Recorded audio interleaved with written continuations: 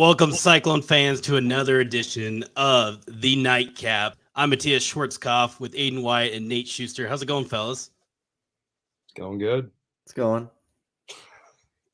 That's pretty simple there. Well, we won't hold anything back here real quick because we got a guest here from the Windy City Gridiron, Danny Meehan. He does some of their draft coverage on the Lunch Pail podcast, also Rule of Three. We'll whack him in here. How's it going tonight, Danny? It's going kind of same as you guys. Just was going through my notes as you guys let me in on some of the Iowa State guys that are getting ready to make their way to whichever NFL city they get put in, or I guess signed to or drafted. Hopefully put in. We're, as Iowa State fans, we are a little shell-shocked a little bit when you have so many prospects, I guess, that we have this year that actually are entered into the NFL draft. It doesn't happen that often, but, you know, with Matt Campbell's recruiting level that has exponentially been raised, I guess, considering what it was beforehand, before he got to Iowa State, it's kind of nice to see for once. Yeah, I can imagine. I mean, I'm sure you guys as Iowa State fans, and I'm assuming alumni. Yep. Well, Aiden's still in. I'm still a student, so yeah. Oh God, you're young. Okay, but and I'm sure you're just tired of hearing the rumors of, oh, is he leaving now? Is he leaving now? I truly hope he doesn't. I think he's kind of meant to be in Ames, as dumb as that sounds. But there are some guys that are meant to stay at a certain place, and that's kind of how I feel like when I look at Matt Campbell.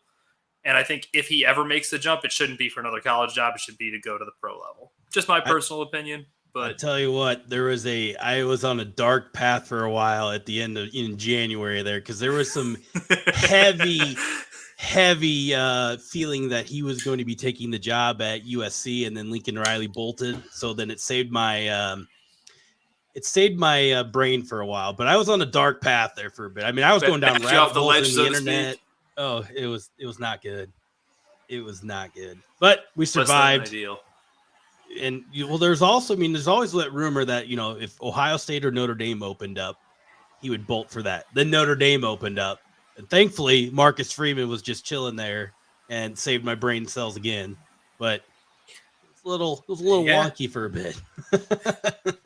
Well, I'm glad you have your brain cells still until the alcohol eventually takes them down the road. Oh well, I mean, there's not many brain cells left, but they're pretty fried. They're pretty fried already. So I understand the feeling. For anybody who doesn't know, the Windy City Gridiron is basically like our sister site, and it just covers the Chicago Bears. So Danny does some of the draft coverage for them with Jacob Infante. I'm sure some Cyclone fans might know who he is. He pops up everywhere on Twitter doing draft coverage, and it's kind of following you two. I kind of get a glimpse of. I mean, you know, we're busy covering the Iowa State stuff, and we're not really paying attention because we know Aiden and I are Bears fans, and Nate's a Wisconsin guy, so we won't really talk about him. I'm sorry to hear that, Nate. You know, we kind of get lost in the shuffle. We don't follow the draft process as much as we should, but I mean, following you guys, you kind of pick up on some of these, you know, names that we don't normally see on a Absolutely. basis. So we appreciate your guys' coverage on that end and keeping us in the loop for that stuff. So I guess. Well, I appreciate you following us along. It's nice to know someone's listening. Jacob just followed me back like 2 weeks ago after I retweeted a Brees Hall article. Did you have a fangirl moment? I was like, come on, man. It took you this long? Like, we're part of the same SB Nation, man. Well, just keep poking. The more Iowa State content, the more retweets you get. Yeah. Well, I will do nothing but Iowa State threads here going forward. All right. We're gonna get Brees Hall. We'll get Brees Hall out there. We'll get only if you say good things. Well, clearly, yeah. Don't say mean things that aren't actually mean. Just give your completely objective opinion on something. So I guess before we dive into some of the Iowa State guys we talked about last week, I guess give us a background. I mean, you told me a little bit of story about your sister going to Iowa State, but I guess give us a background on yourself. I mean, how you kind of got started into the draft stuff, and how you kind of wound up on Windy City Gridiron. Just quick background: I flamed out as an athlete like everyone else does, and I went to school for exercise science and sports administration, hoping to be a strength and conditioning coach. No one tells you unless you're a D1 athlete. No one wants you as a strength and conditioning coach, really. And then you realize there's no money in it. So I kind of took a break from it and, got my career rolling. I'm 31 years old. I know you said Aiden is still in school. Nate looks like he's probably pretty freshly graduated. So it's, you got to get your wheels up under you, so to speak. And, I got myself together and realized about a year or two after school, like I missed analyzing football and watching things like more analytically about football. So I started, kind of breaking down film and realized everyone does the NFL draft, but I'm of the opinion, like so many people want to say that drafting is a quote unquote science. I'm of the opinion it's abstract art. There's no quote unquote wrong. I mean, there's wrong ways to look at guys, but you can't really tell someone this is wrong. Like, because it's like a piece of art you hang in your front room, right? Mm-hmm. So I got into it. I've learned, full disclosure, I'll start off with a miss. I had Deshaun Kaiser years back as quarterback 1 in his draft class. And it's like, neat. Who I believe Deshaun is completely out of the league. So, yeah. But then you have other ones where I had it was the Josh Rosen class, which I had number 1 in his class, but I had Lamar Jackson number 2. So It goes both ways. Yep. And then my tie to Iowa State, like you said, my sister graduated from there not too long ago. Shout out to my sister Kira. I'm not sure if she's tuning in. She told me she might be. I have no idea. But I went to Southern. Like, I've got no Division I team. I get the Salukis in basketball, which every 3 or 4 years, once the kids get older, they compete here and there, and then they go back to the middle of the conference. So do you have a hatred for Northern Iowa since you're in the same conference? No, so when I was there, Dougie Fresh McDermott was dropping buckets in my Saluki Stadium. So I hate Creighton, like passionately. Like, it's to the point guys I work with at the Firehouse want to buy me a Doug McDermott Creighton jersey just to kind of mess with me because I straight up told them I'll burn it. Like, I don't like Creighton. It's a weird, and Wichita State doesn't do much for me either. So, yeah, they were probably at your time at Southern Illinois. We're probably still in the Valley at that point in time. I believe Fred Van Vliet was coming in at the time I was leaving. So he's a couple years younger than me. So a little bit ago. so Nate actually was on the Iowa State basketball team for 4 years. Three. And Three. Yeah. Well, okay, one of them basically counts as 2 from the trauma, but which that season will remain nameless. So, so we got a little bit of everything hanging around this podcast. Were you dancing with Fred in the locker room? Oh no, Fred was gone by the time I was. Fred was gone. Oh, it was this one. Who was Murray State's coach that they brought up? Yeah, Steve Palm. Yep. Yeah, now he's back in Murray State. So lucky him. Let the good times roll again. Fire up the train again. At least he didn't end up in Chicago, right? At the Bulls. No, they got Billy D, man. And only a couple Bulls coaches that previously coached at Iowa State failed. So. Oh yeah, Tim Floyd. Good God. Why are you rehashing these things for me? There's certain things in my fandom I have managed to completely erase from my brain. Tim Floyd, I was a little young for, but the end of Fred Hoiberg, Jim Boylan, Mark Trestman is completely gone from my memory. I just remember there was a man named Mark Trestman in Hallis Hall at some point in my life. Yeah, Aiden and I, I don't know. Aiden, are you a Bulls fan? Yeah. Well, so Aiden and I are Bulls fans as well. I mean, Chicago pretty much all around. Yeah. So, the bittersweet moment of Fred Hoiberg getting on the plane and bolting out, and you're like, crap. It's just after all this, but then you're like, well, he's going to be the Bulls coach. So it's kind of like that Miami Heat gif where he's shaking his head and he's like, well, but Alonzo Mourning. Alonzo Mourning. The Alonzo Mourning gif, yeah. Yeah, but there's my quick background. It's kind of boring, but it is what it is. It's basically sports nerd misses sports and decides to pick up some fashion of it and It's only recently, like within the last 2 to 3 years, that I've decided to go more public with it because scrutiny is no fun to deal with. But the mute button on Twitter is like the best thing in the world. It's a godsend. Jinx. Finish each other's sandwiches. Well, I guess we were talking a little bit back and forth last week, and we're gonna start off hot and heavy here. And you after your Charlie Kohler thread, you had some DMs from Iowa State fans, so you got baptized by Iowa State fans in your DMs. But let's baptized by fire, man. Well, we're gonna go even more baptism by fire here. We're gonna go live thread here. Let's talk a little bit about Brock Purdy. I mean, you've told us here before the show started that you had kind of a first round grade on him after his sophomore year, and a lot of people did, but So give us your Brock Purdy stuff. The Brock Purdy stuff is pretty simple. I still love Brock because he's just so much fun to watch because he plays with such unrivaled passion and joy for not only the game, but like you can tell he loves being a Cyclone. He loves his teammates. And it's something it's hard to find in some senses, but it's also not. But to kind of give you the quick synopsis of like scouting terms that Brock Purdy does well, he's got a compact release. He's quick to make a decision. Sometimes. Sometimes when things aren't there, he'll run around in circles and then throw the ball to the other team or fumble it backwards or, things along those lines. I guess that the Oklahoma game this year would be the encapsulation of Brock Purdy in a nutshell, where he had the absolute highest of highs and the absolute lowest of lows. And it's that is Brock Purdy's career as a Cyclone, isn't it? Just in and of itself. I know coaches have reportedly always loved Brock. I can't speak to it. I don't speak to coaches. I can only go off what I read and stuff. But I know he's, by all accounts, a resilient, good kid. He works hard. He's, the old adage, first one in, last one out. He busts his ass, and that's great.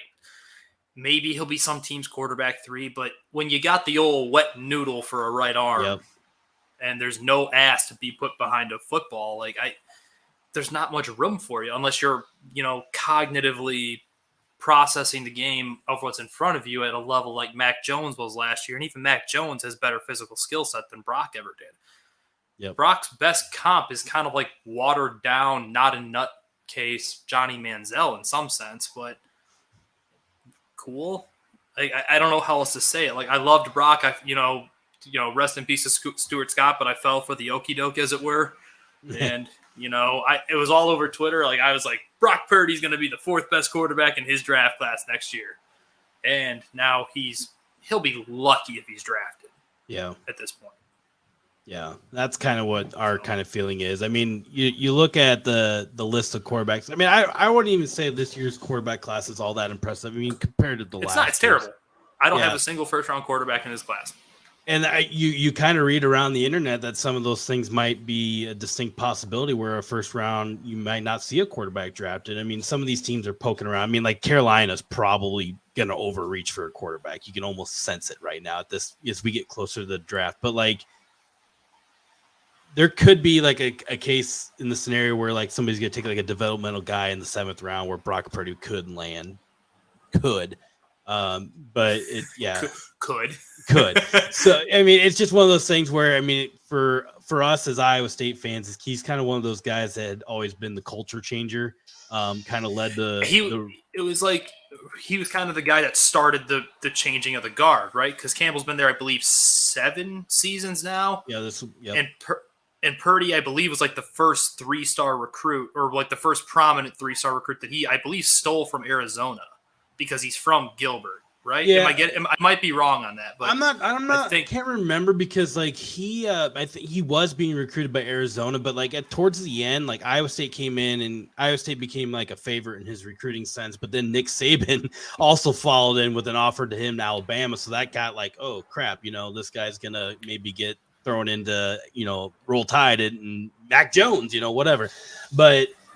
So it was a lot of different schools. Alabama was in late. I don't know how much of a serious interest it was. I mean, he took a couple of visits there, but I mean, Iowa State kind of roped him in and he played obviously really early on. So Yeah. we've had a lot of quarterback attrition over the years here in Ames. And it was actually the first time with Brock Purdy that we hadn't had to switch quarterbacks every other year or even halfway through the season when he finally came in. So that was nice to see. And then we always kind of label him as a Brett Favre light, where you kind of lived with some of the mistakes that he made, but he could also excel you on the field. So live by the Purdy, die by the Purdy. Exactly.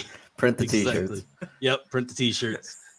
So yeah, I mean, we'll be happy if he can stick on a roster and then away we go. I mean, he's got the work ethic to do it, but obviously work ethic. A lot of guys that get the NFL he could end up that. being some quarterback coach's pet that follows him around because he's going to pick up the offense. He's going to be working hard. He's going to show younger kids the work habits they need to last in the NFL forever. And you can make a lot of money doing that. Shout out to Chase Daniel. Yeah, no kidding. If Chase Daniel can make it, Brock Purdy can make it. All right. Just don't go look at Chase Daniel's Mizzou stats when you say that. Yeah. Well, we lived it. He torched us a lot. We got prime Chase McDaniel or Chase Daniels in our face. So yeah, we lived it.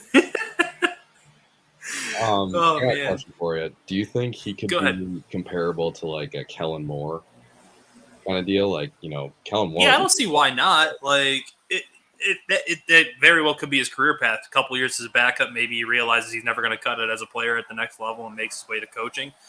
Will he have the kind of meteoric rise to the coaching ranks Kellen has seemingly had, where unless the Cowboys get Sean Payton out of retirement next year, Kellen Moore might just be waiting to take that job once they fire Mike McCarthy, which why they hired him in the first place is just beyond me. That idiot. Man, you want to kind of backtrack into what the start of the show was? That was like after 2018 with Matt Nagy and like the 12-4 season or whatever it was, and the first round exit to the playoffs. I was so upset that the Packers fired McCarthy, because I was like, they fired the idiot right as they got good. It's like, damn it. Yeah. Yeah. And Nate's just over there chuckling. He's like, you stupid idiots. We're Packers. Yeah. At least I didn't spend a first round pick on a quarterback that'll never play. You could talk to me a lot about different first round picks they have. I don't know what you're talking about. We've never spent a first round quarterback that ever panned out. That's never been the Bears. Yeah, the ultimate dig at a Packers. The ultimate dig at a Packers fan will always be: you had 30 years of Hall of Fame quarterbacking, you got 2 titles to show for it. Congrats. Yeah, I mean nothing. I mean, they're the most egotistically ran organization ever. And I'm saying this as a fan.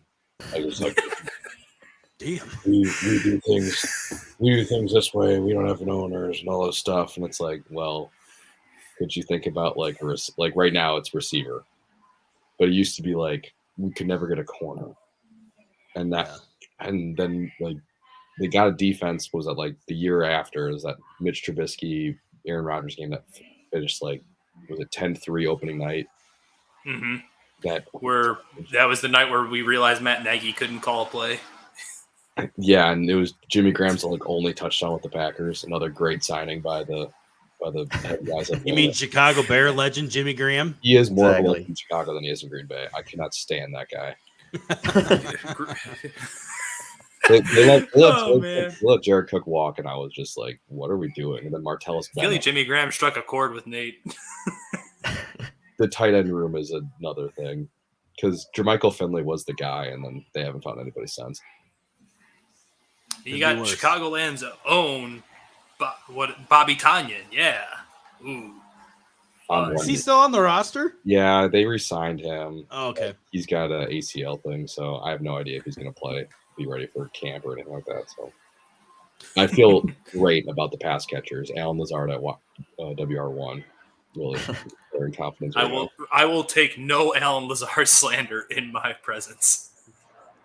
Hey, I'll take him I as a was two. I was low key. I was just watching Twitter for like that last day and a half that they hadn't tendered him yet. I'm like, fuck yeah, don't do it, don't do it, don't do it. I'm like, Wait, you they haven't- get Alan Lazard back on a roster with David Montgomery and blocking on the edge. It's Super Bowl, here we come, and then they tender him. I'm like, fuck. That dude is power slot wide receiver of the modern day NFL, and it is awesome. I love him a lot, but I don't know if he's going to be the Are one. you that telling me needs to- he's not Devontae Adams? Yeah,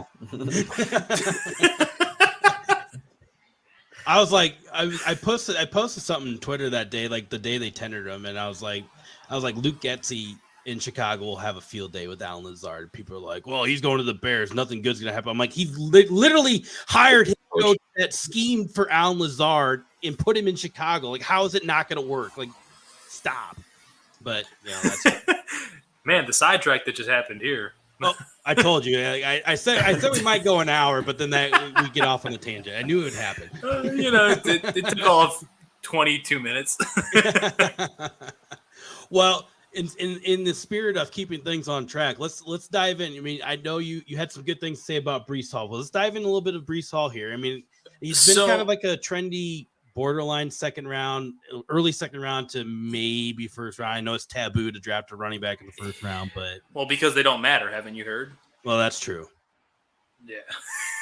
That is true. Running back lives matter. And make fullbacks great again. Exactly. My personal opinion on Breece Hall is that he's the best running back in this class. And if you told me if you told me to you can only take one of these running backs in this class to go the first round, I feel like he'd be it.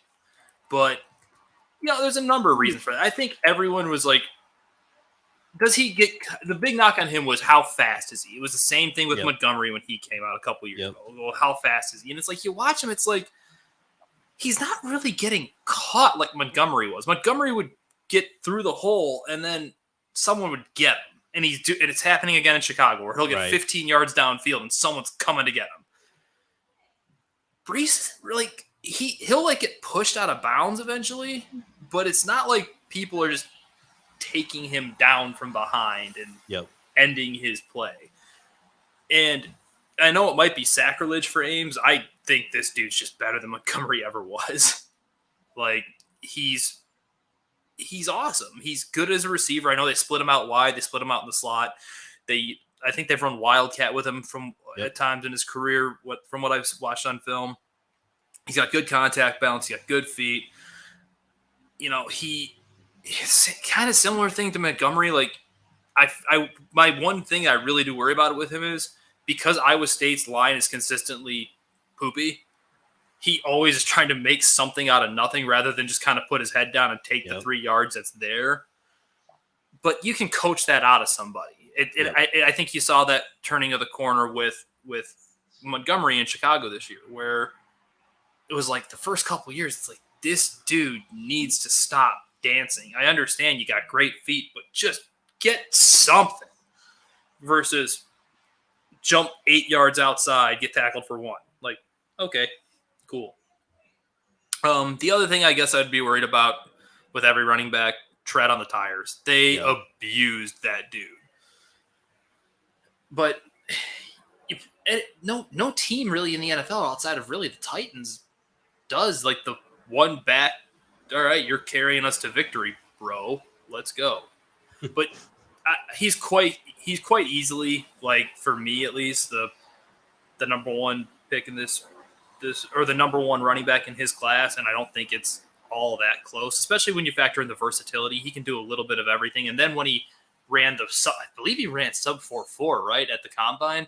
Like I think it was a 4.39 unofficial or 4.4 flat unofficial, something like that. Like that's fast. Now, truth be told, I think that it was a fast track because I've never seen so many people be this fast in one combine outing. Yeah.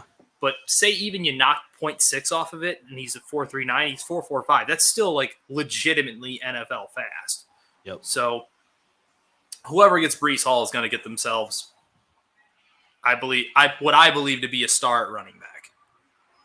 Now take that for what you will at the NFL level anymore, but at least he can catch the ball. You can line him up everywhere. And he seems to be, at least on tape, a pretty smart player. And the way he's built, he's going to be able to take a punishment for a good majority of his career until, the perks of being a running back just wear out. Yeah, I've kind of been bouncing around the idea of who he could get drafted for. I really like him on the Bills. I wouldn't mind him on the Bears, but we also got David Montgomery. But who knows when the David Montgomery train will end in Chicago? Could be before the draft. You never know. But I mean, the team, it's easy to plug and play him in like the West, like the spread coast or the outside zones that are coming to vote. But how about Miami? They don't have a star running back. Yep. I thought about that too, and then I posted that on Twitter, and people grilled me for that one too. And I'm just like, I mean, he's got to go somewhere. I mean, wherever he goes, somebody an Iowa State fan is not going to like. So it is what it is, But I wouldn't mind seeing him in Buffalo. That'd be kind of fun. Yeah. Do you have a pro comp for him? I personally try to. I'll give you shades of, but a true pro comp, I really try to stay away from, because then it's like if I say, because he's 5'11 and a half, 215 pounds. If I give you a body type that's just like him and he doesn't turn out to be that guy, it makes me look like an idiot. I'm trying to think of who 5'11 and a half and 212. That's like every running back fucking ever. Let me go through the Rolodex of other guys I've scouted, and by that I mean I'm going to pull up mock draftable. I'm just trying to think off the top of my head. I can't even think of anybody. I can't think, because I don't think in terms of especially running backs. I really just enjoy watching him run the football. So it's I don't know, maybe if you're going back years ago, kind of just the build and the ability to split out wide and line up in the slot before injuries got him. Joseph Adai coming out of LSU, if you want to talk a little bit about that. He's probably a little more physical than Adai was, but same basic body type, ability to line up inside, outside in the slot and take handoffs. He had a good career until his hamstrings just kind of took over and just decided he couldn't stay healthy anymore. Well, we're still talking about these guys, but where do you stand on the Bears and David Montgomery? I know the last week was popping up some the Irish guys up over there were poking around, starting some Twitter fires with the trade David Montgomery stuff, and then they kind of did the next day, reviewed it, why you should keep him kind of thing. But I mean, right. I'm going to say this light because I don't think Iowa State fans really know, or they're going to say, well, the Bears should keep David Montgomery no matter what. But we all know, the shelf life of NFL running backs is relatively short. At some point, David Montgomery is not going to be a Chicago Bear. And then those Iowa State fans are going to say, well, they messed that up. They didn't keep him, and he might run for 1,500 yards somewhere else for 1 year or whatever it may be. But I guess, where do you stand on the Bears and David Montgomery? So I'm kind of caught in between on the pendulum of where I should be or where fans tend to be. It's either pay him, you got to pay David Montgomery, he's a Hall of Fame running back in the making, which isn't true, or it's you got to trade him, get a 5th round pick, just move on. It's there's a middle ground. Do I want to pay him $10-11 million a year? No, not really. But I'm trying to teach myself to look at contracts in percentage of cap. Yep. Say you get him for $8 or $9 million. I know it's a big number still for a running back. That's roughly 2.5% to 3% of the cap going forward. I'm a big believer, especially because I've coached football. I coach AAU basketball and stuff like that. There is such a thing as culture, and it matters. David Montgomery, in the words of a friend of mine, Brad Spielberger from Pro Football Focus, will eat glass if he's asked to eat glass. He's a tone setter. He comes in, he goes to work, and this is the guy that you want your next guys around, learning how to play football the quote-unquote next Bears way. I would personally probably extend him, and I know that's kind of going against the grain because I don't want to just give him away, but I'm also, maybe I'm just more stuck in the past in that I don't believe running backs are completely useless. I'm all about giving Roquan Smith $21 million a year or whatever he's going to cost because I think he's awesome at his job. Like, so for the right number, I believe it's worth keeping him around. Yeah, and it's kind of telling too, after George McCaskey let go Matt Nagy and Ryan Pace, that like there was a couple players he singled out, and David Montgomery was one of them as being the leader of one of the leaders of the Chicago Bears. And I mean, when I know the owner of the Bears says that he's extending you. Yeah, that's what happened. So I mean, you could take it with a grain of salt. If George McCaskey says something about football, you might want to look the other way and be like, he doesn't know shit, because he doesn't. I'll tell you that. But if the owner of the team is singling you out, and it's kind of cool from an Iowa State perspective to see, an owner of one of the founding franchises of the NFL be like, this guy that came from Iowa State is one of the leaders of our team, and we want to keep him kind of, he didn't really say it, but it was strongly implied, like, I want David Montgomery here. Yeah. So that was cool from our standpoint. Oh, I just thought of another one just because I'm kind of scrolling through my stuff as I'm talking with you guys. I have in bold letters patience as a runner, which probably, again, it's because he's always looking to set something up for himself. Yep. If you really want to go highest of high, Le'Veon. Yep. That worked for you. Like, we've been down that road. You always hear it all. Well, it was especially like when David Montgomery got to the Bears, it was always like, this guy's like Le'Veon Bell. ESPN would say it all the time on Monday Night Football. There's a Le'Veon Bell kind of run, kind of thing. Oh, what was the? It was Montgomery's senior year. They had the Fox Sports. He was like the Frankenstein of running backs or something like that. And it's like, Aiden, you should find that really quick. Got it. The thighs of Saquon Barkley, and they said you had like Barry Sanders feet, right? Something crazy. Yeah, it was like, this is dumb. Who allowed this to happen? Like this, we're all like looking at that. We're like, hey, that's kind of cool, but David Montgomery's really not any of those things. There it is. There it is. Yeah, feet of Saquon Barkley, vision of Le'Veon Bell, strength of Zeke, athleticism of Sony Michel. I don't know if you want to be the athleticism of Sony Michel. He's not even on the. No, he didn't get re-signed by the Rams yet. So he got traded, got a Super Bowl, and now he's gone. Yeah, he's got a couple rings. Oh, that's true. He was on the Patriots. Yep. Damn, pays to get handoffs from Tom Brady every once in a while. Yeah, playoff Lenny thanks you. Yes, yes, he does.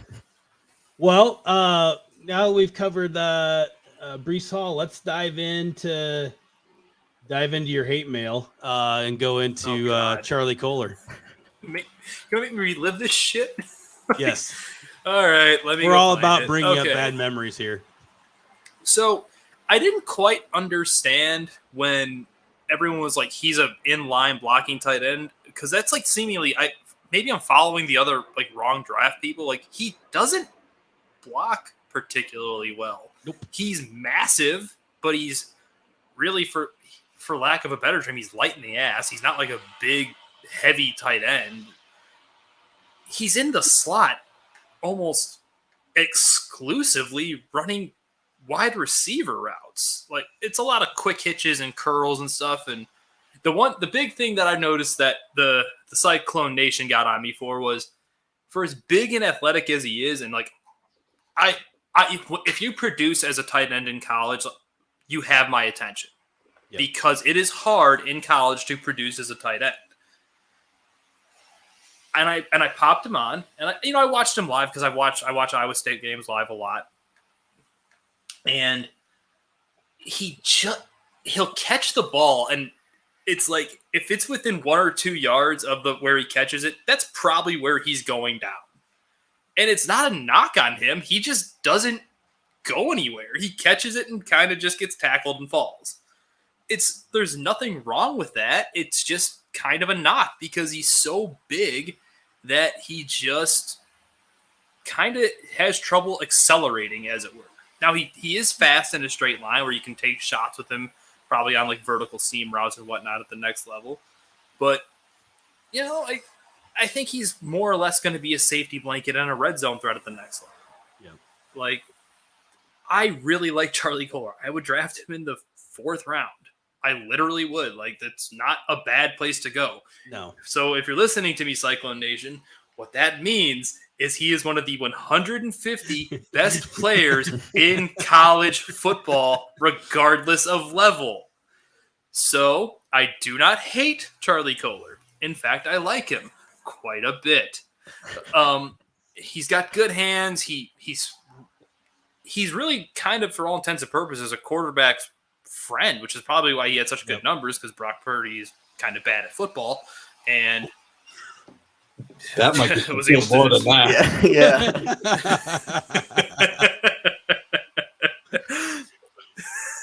In his defense, I told him not to hold back on Brock Purdy, on his Brock Purdy. I'm all for it.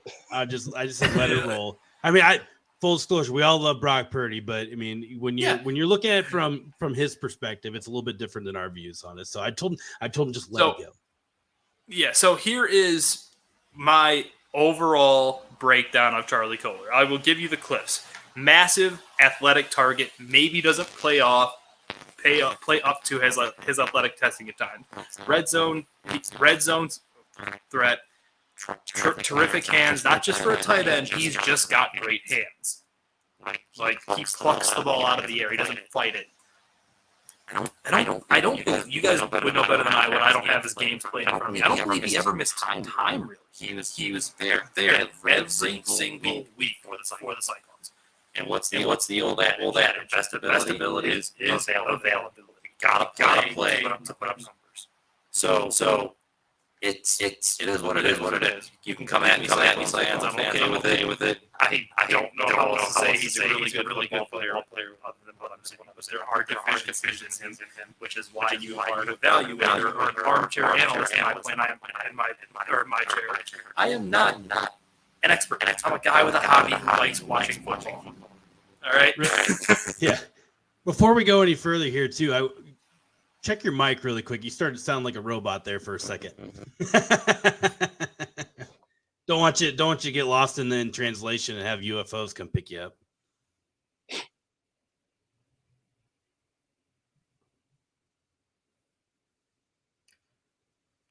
Anyway, Danny was saying about how much he loves Brock Purdy.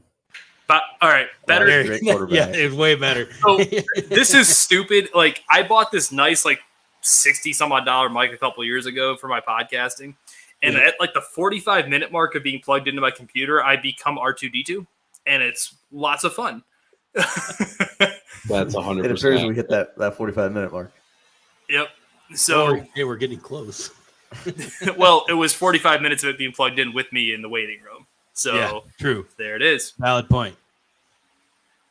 So I mean, I'm kind of with you on that, on the Charlie Kohler stuff. I mean, I think if he does develop, I mean, you can be taught blocking. I mean, obviously he's going to have different stuff that he's going to learn in the NFL, and just, I guess it depends on which team he goes to. But I mean, he probably has the ability. I mean, he may not be the greatest at it as is over the course of his NFL career, but you know, who knows to say the offenses in the NFL could change 10 years from now. It's just hard because you can't change physical makeup of how someone's built. He's just tall and limmy.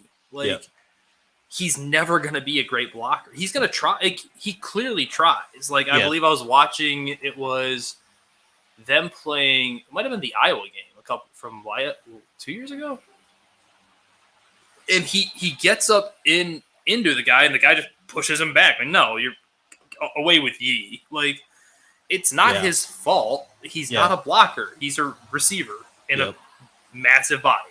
And that's why Iowa State ran a lot of 3 tight end sets. I mean, it was just a lot to cover up that stuff. I mean, that was still a little bit of Matt Campbell's nature to be more physical that way, but it was also a little bit to kind of help with that blocking of I guess, the less of blocking from Charlie Kohler more so than anything. Yeah. So, and I mean, I actually do have a comparison. It's Charlie Kohler is Dallas Goedert meets Joseph Fourier, which, if you guys don't remember Joseph Fourier, he played for the Lions for a whole 2 years. And his rookie year, he caught 7 touchdowns on 12 total catches because he was 6'7". Yep. Typical Lions career. When you're so bad at football, you make 2 Hall of Famers retire in their prime. Yep. God, that sucks. Just think. What was I listening to today? They were talking about Matthew Stafford, and they're like, well, he's just good, but the Lions never won because of Matthew Stafford. And I was like, damn, to think about that, it's like, that is true. It's like, shit. I mean, Matthew Stafford's great, don't get me wrong, but it's just like, you kind of think about it in that regard, like why the Lions never won. But I mean, or obviously there's a whole lot of other Lions shit. And they got the quarterback right and just never did anything else right. Yeah, exactly. Now they got a guy that wants to beat your kneecaps and eat your legs kind of guy, Dan Campbell. You know, he wants to just murder everybody. That guy might be kind of fun to play for, but I mean, just being at the Lions, I just don't I was going to say the the former athlete in me would actually thoroughly enjoy playing for that guy because until his act wore thin, because it's like anything else, you get the guy who's yelly, screaming, and in your face all the time. Eventually, it's going to be like, dude, shut up. I really enjoyed like his first press conference in Detroit. He walks up there, he's like, "Well, sorry, I'm not Matt Campbell." We're all like, "I like this guy." That's awesome. So there's a little bit of Charlie Kohler stuff. Now I wanna kind of shift gears to the defensive side of the ball. Sure. And you said you love Mike Rose, and I kind of and I've been having to think a lot about like the Iowa State guys and how you would plug and play him on the Chicago Bears. But I kind of like Mike Rose at the Sam linebacker spot for the Bears, and maybe I'm wrong, but he's played multiple linebacker spots at Iowa State. But I mean, give me your overall opinion of Mike Rose and kind of how you see him and what you love about him. I just kind of love how for lack of a better term, one of my favorite scouting isms, as it were, is plays like his hair is set on fire. Mike Rose just kind of runs around and hits anything and everything in his way. I don't think he's all that great an athlete, and it's, that's okay. Like excuse me, I lost my train of thought. For him as a Sam, at least, to your point, I actually agree with you. I think he would be a really good Sam linebacker. He's not going to play every down in the NFL. He just can't. He's got stiff hips. He can't turn and run that well. Yada yada yada.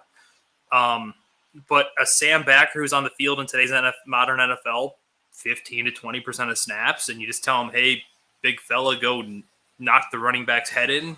Why not? He has a role basically. Yep. One of the big things about him is when you're a coach, you teach kids to not just hit the guy, but you hit through him. Mike Rose embodies that. He has about 5 guys that he's lining up that he is going directly through every time he hits them. It's really, as someone who I played that position, so I thoroughly enjoy linebackers. So I have a soft spot for guys that just kind of want to, put the head in the chest plate and just drive through. Other things about him, he does, stack and shed well. He gets himself in position. The issue it will always come back to, he's just not supremely athletic. He has to be perfect to make a tackle. He has to have the right angle. He has to read it on time. He has to get everywhere he needs to go. That being said, if you're a Sam linebacker, what does that also probably make you? Probably makes you a special teams star. And with how he plays, he would probably be terrific on special teams. Yeah, and I'm not even sure he played a whole lot of special teams in Iowa State because he was starting as a freshman. So, I mean, there wasn't a whole lot. I mean, Campbell kind of did away with the starters on special teams. Paul Rhodes did it a lot, but that was just because we didn't have anybody. Well, for a guy who's probably going to be a 6th-ish round pick, there's a way you're going to stay in the NFL. Oh, yeah. That's 100%. 100%. And I've been kind of reading up on a little bit of Mike Rose too, just from a NFL scouting standpoint. And a lot of the knock has been more of his. I mean, he can stop the run, but it's been more of how he fits the gaps into the run and stops it that way. Mm-hmm. And I can kind of see that. I mean, he's had those moments where he's filled the hole, but it just hasn't been completing in the hole and completing, doing the right fit that way. So pause. Can we pause? Right? Nope. Not reversing that. Do not clip that. Aiden. Aiden, please clip it. Yeah, The gap. No holes, all gaps here. Sometimes he doesn't fill the hole right. You heard Matthias. No, I didn't You say it. heard him. One bit. Not me. Well, speaking of filling holes, have you checked out any Wazirike at all?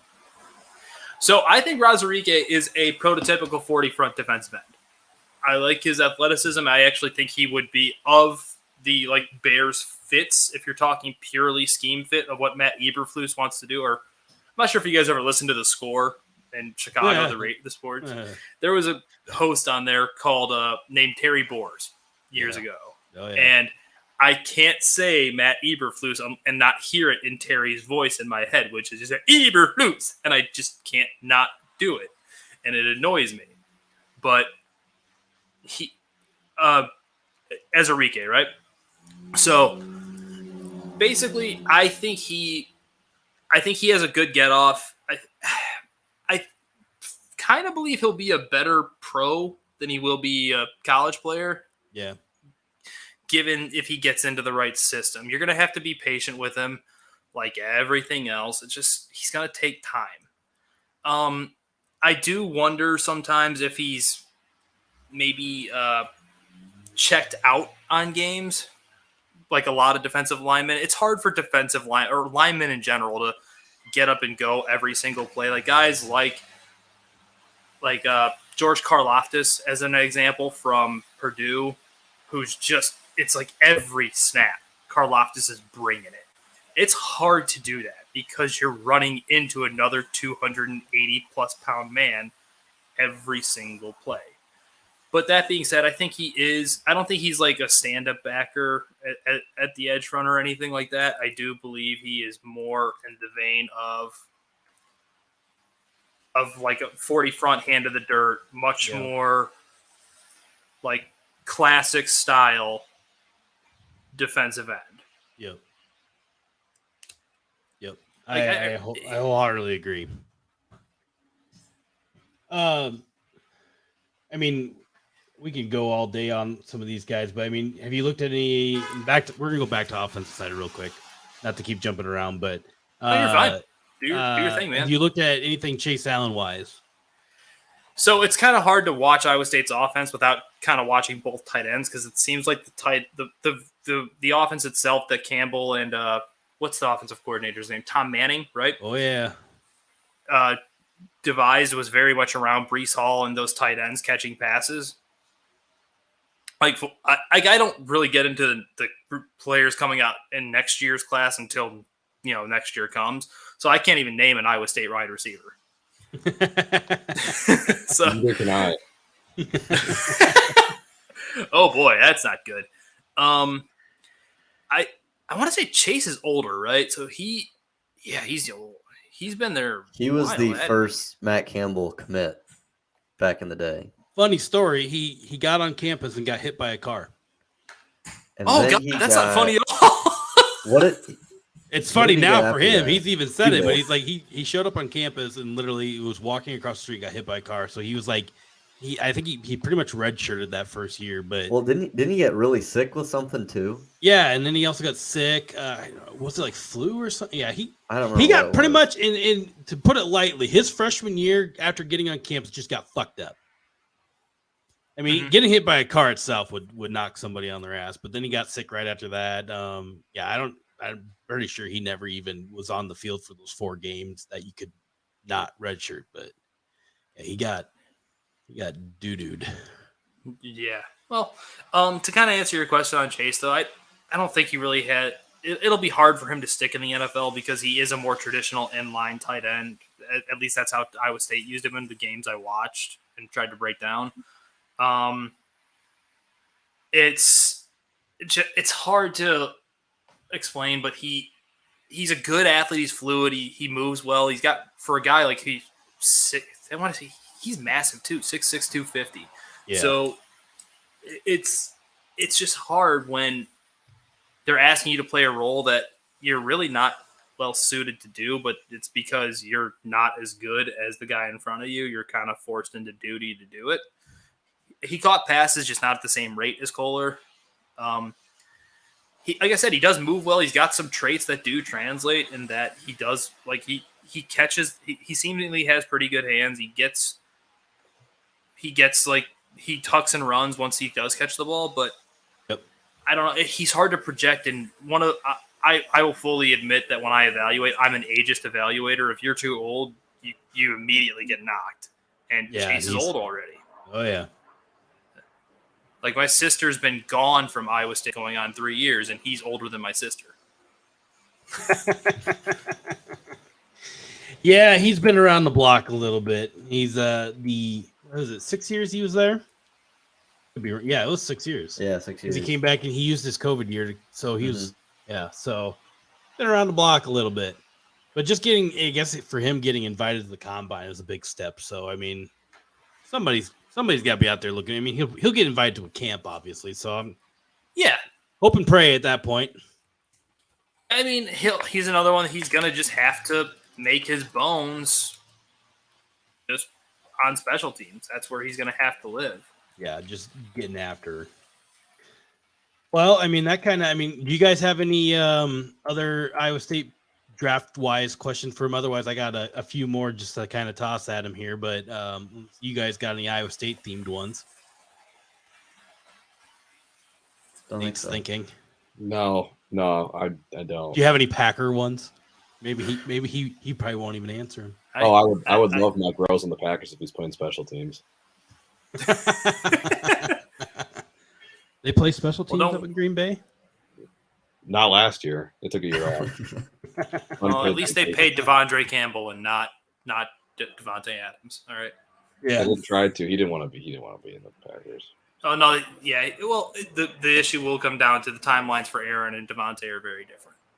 Yeah. Oh yeah, totally. They typically don't give third contracts out either, though, and that would have been his third. So that's typical of Green Bay. Oh, sorry. Full disclosure, when I was going over Ayoma Uwazurike, I'm not good at the African. We just call him Any. Yeah, Any. Okay, so I have like notes on quite literally a couple hundred people that I'm going through that like I've transferred from literal paper to my computer. Yeah. So that's why I was struggling to go through them. One of the things I do really like about him is they used him along different fronts of the defensive line. Oh, yeah. So they lined him up actually at the vaunted 3 technique a lot, and as well as outside. Really explosive through his lower body, really strong through his hips and ass. He's going to be, in my opinion, a pretty solid NFL player, but again, kind of older. Yep. Like I said, I know I've seen opinions differing on him. Some believe him to be a 30 front defensive end. I think he's more of a classic 40 front defensive end who actually has the ability to do kind of like the Giants of yesteryear did, where they would line up 4 defensive ends on the defensive line and just say, screw it, everyone go get the quarterback. But that's, it's all opinion. Like I said, it's art. I'm not sitting here saying my opinion on any is right and everyone else is wrong. And because the other harsh truth about trying to evaluate prospects is if you're right 1 out of every 5, you're doing all right. Yeah, I would probably agree with that. It's a tough gig, because I mean, you go through over the years and how many people were so dead set on number 1 picks, or these guys are be surefire Hall of Famers or first round picks, and how many have been wrong over the years. It's just astronomical. But I mean, that's just the name of the game. I mean, it just goes the same way with recruiting guys to college. I mean, it's if you go through the amount of 5-star recruits that just never pan out. Oh yeah, it's a lot. It's actually why. Go ahead. That's actually my last point was going to be on Campbell. I feel like he's done a very good job getting the 2 and 3 stars that he can get and quote unquote coaching them up to get there. But he's got a tall task. I mean, you guys probably have a soft spot in your heart for Ames, but you go tell a kid from Tallahassee, like, hey, you want to come to the cornfields? They're great. We love corn. Yeah, the nice thing is we've really upgraded the facilities and things. I mean, when you get a guy on camp, like you said, you got to tell somebody, hey, we're going to take a visit to Ames. But if you get them to campus, they're going to see a lot of great things. I mean, the facilities are. I mean, we've spent a lot of money in football facilities here in the last 5-7 years, and they're just tremendous. I mean, you're on par. I mean, I know Alabama's redoing some of their stuff, but the money-wise total that we have spent was up there with Alabama, but Alabama's just kind of blown that out of the water here in the last year. But that's just to be the nature of the game. But we've done a good job of upgrading that stuff. So it's getting better. Obviously, it has gotten better. So it's starting to elevate. Now he's starting to hit on some of these 4-star recruits and things like that. But he's also really picky when it comes to those 4-star recruits. He'd rather get the guys that are fitting the culture, the guys that are, he doesn't want to always hit on the flashy names, and that's fine. It's working. And I'm telling you, man, football more than any other sport, culture matters. Yep. I agree 100%. I guess to wrap things up here, what is your favorite prospect that you've kind of dived into for this year's draft, and then your most under the radar one? So favorite, are you saying like a favorite that's like I think is like going to be a surefire awesome player, or just a guy I fully enjoyed watching? I mean, you can go either or. It doesn't matter how you label it yourself. So because of the Bears, I've really gone really hog wild on watching wide receivers. Yep. So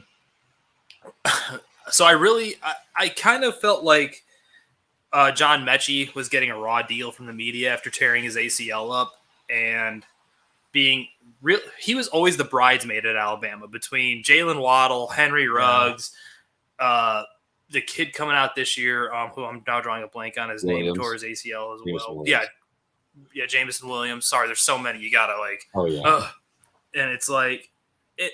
And then you go look at his numbers, and it's like this guy's producing. Why is no one talking about him? And then he tears his ACL. And it's like he's like the hot friend that no one wants to talk to. I've never had that he's problem. Not. I'm in your camp, Matthias. But I like him a lot. And then my receiver loves go one of two ways. It's either you're this big, brutish, blocking wide receiver who catches passes and like you're running through people. Or I like guys like Rondale Moore from Purdue last year. Yeah. Just like these little spark plugs that are all of 5'8" and just electric. And it's not Calvin Austin. I know Calvin Austin's the flavor of the month, but again, I'm a bit of an ageist evaluator. He'll be 24 going into camp, so his second contract, he's going to be 28 years old if you're going to re-sign him. My guy is actually Wan'Dale Robinson from Kentucky. Oh. And that guy, he reminds me a little bit of, let me go find my comp. I don't want to talk out of turn on who I put his comp for, but that was a name I wasn't expecting to be tossed out here. Yeah, he's probably, I got a fourth round grade on him. But are you of the belief that this year's wide receiver class is as deep as they were really portraying it to be? Okay, so this was another thing people started sliding into my DMs about. This is a good receiver class in terms of depth. Yep. It lacks the top end flash of last year. I think it's become, in my personal opinion, a bit overrated. Like Garrett Wilson's good. Yeah. Chris Olave is very good. Jameson Williams is very good. There's a lot of really good players, but then it's like Jamar Chase doesn't exist in this class. Yeah. And you can't convince me otherwise. And that's the other thing I'm going to need Bears Nation to stop doing is stop trading this 2 second-round picks to get back up in the first round for freaking Chris Olave. I love Chris. I think he's going to be a terrific pro. I actually think he'd be really great with Aaron Rodgers, much as that pains me to say that. But I want. Speaking to Nate's heart right now. I want. But just, good God, stop giving up picks. You need picks. But and then what was the other part of the question, Matthias? You asked. Well, I was just like, who's your most under the radar one? And you kind of went there with the under Kentucky the radar. guy. He's actually, I mean, he's under the radar, but he lines up at, to kind of go back to Wandale. He played at Nebraska. He lined up at running back and wide receiver for them. He now played almost exclusively in the slot at Kentucky, and he returned. And I believe he's got experience returning kicks and punts. Yep. But I really like him in terms of he fits my aesthetic in terms of like just get the ball in his hands, see what happens. Under the radar though, he's not much under the radar. I don't know. I'll go with Chad Muma. I know he's become like a bit of a draft Twitter phenom, but he is a classic Mike linebacker. He's 6'3", 245 pounds. He's running 4'5", 4'6". He can turn his hips and cover. He can come downhill. He covers sideline to sideline. The dude is textbook in how he plays. The issue I run into when I watch him, it's like he overruns plays that he's able to come back to because he's playing at Wyoming.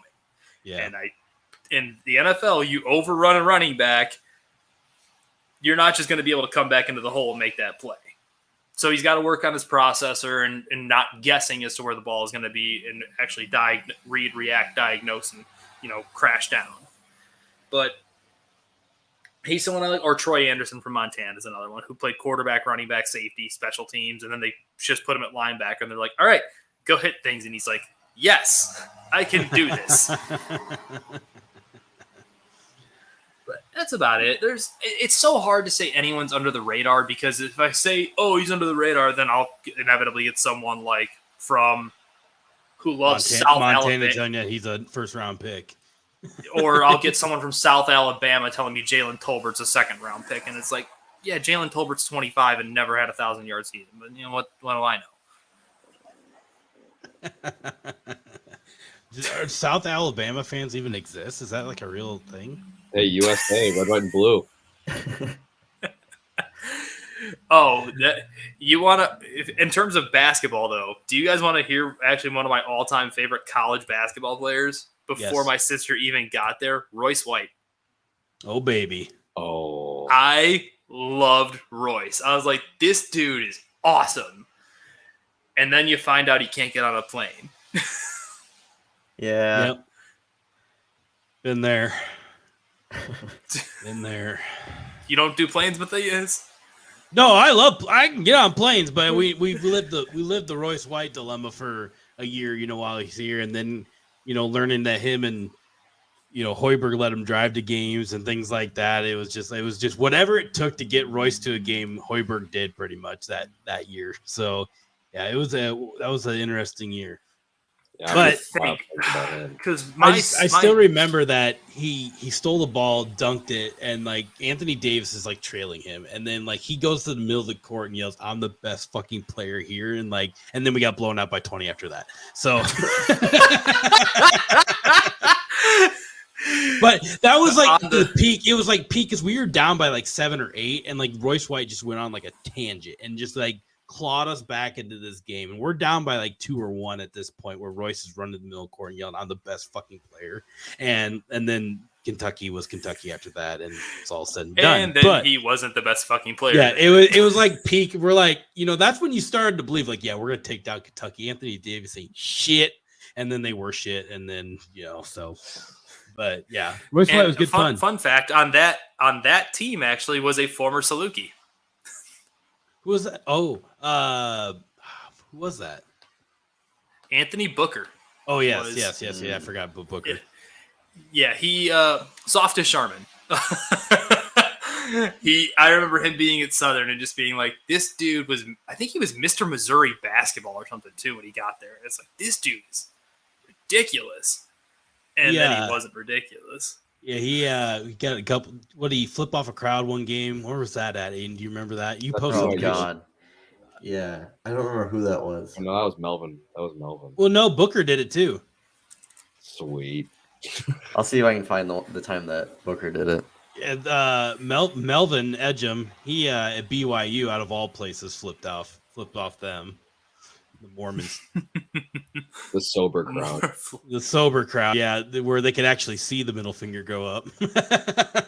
Oh boy. Hey, look at that feller. He's flipping us off. He's Hey, giving us the boo him. All right, book- gentlemen. Well, book- it's been a yeah. pleasure hopping on with you guys tonight. I've had fun. Yeah, no, we appreciate you hopping on. And yeah, keep up the good work, man. I mean, all your guys' stuff at Windy City Gridiron is it's fun for myself to follow because at least as a Bears fan, Nate not so much, but yeah, you guys do good stuff over No, there. he's got the Acme Packing Company or something. Yeah. They're in Damn good boy days, with whatever. Aaron Rodgers. So, yeah, real quick here before we hop off, tell everybody where they Yeah. can find you on Twitter, and then how Oh. often you guys do your podcast if they were interested to listen to you guys. All right, so you can find me on the Stupid Bird app at Dan Meehan Meehan. The number is 90. You can. I also occasionally will write something. I'm almost exclusively a podcaster for him, so nothing really to see anything. But if I write something, I'll put it on my own blog. It's called, I believe, the Bear Market Bull Market. It's a Bears and Bulls blog that the last time I wrote on it was like I think over a year ago. It's very seldom I get the urge to write, but every now and again I will. Other than that, man, that's kind of it. I'm a pretty low key guy. I don't do a whole lot. I go to work, I come home to my wife, and go back Rest to is work. history. Yeah, Yeah. so if anybody wants to find his Twitter account too, we did tag it on the And the Lunch Pail Draftcast and rule of three is typically full disclosure. I got married this year, so between wedding planning and everything, honeymoon planning, going on the honeymoon, coming back, we weren't able to record this year like I wanted to.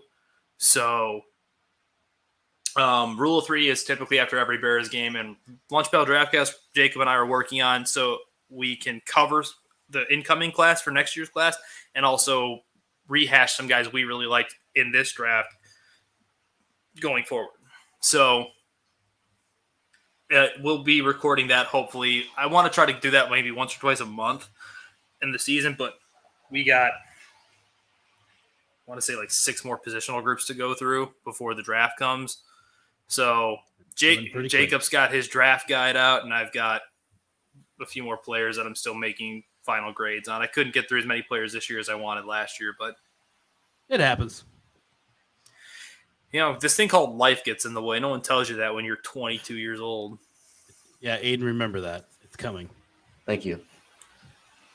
So, well, we'll kind of wrap her up here. Danny, thanks for hopping on. We appreciate it. Like I said, Thanks for having me. Good work. Yeah, and if anybody wants to follow Danny, we did tag him on our main Twitter account there not too long ago, so you can find his Twitter handle there. So, for all of us here on the Nightcap, we thank you, and we'll see you guys next week. Go Cyclones. Good one.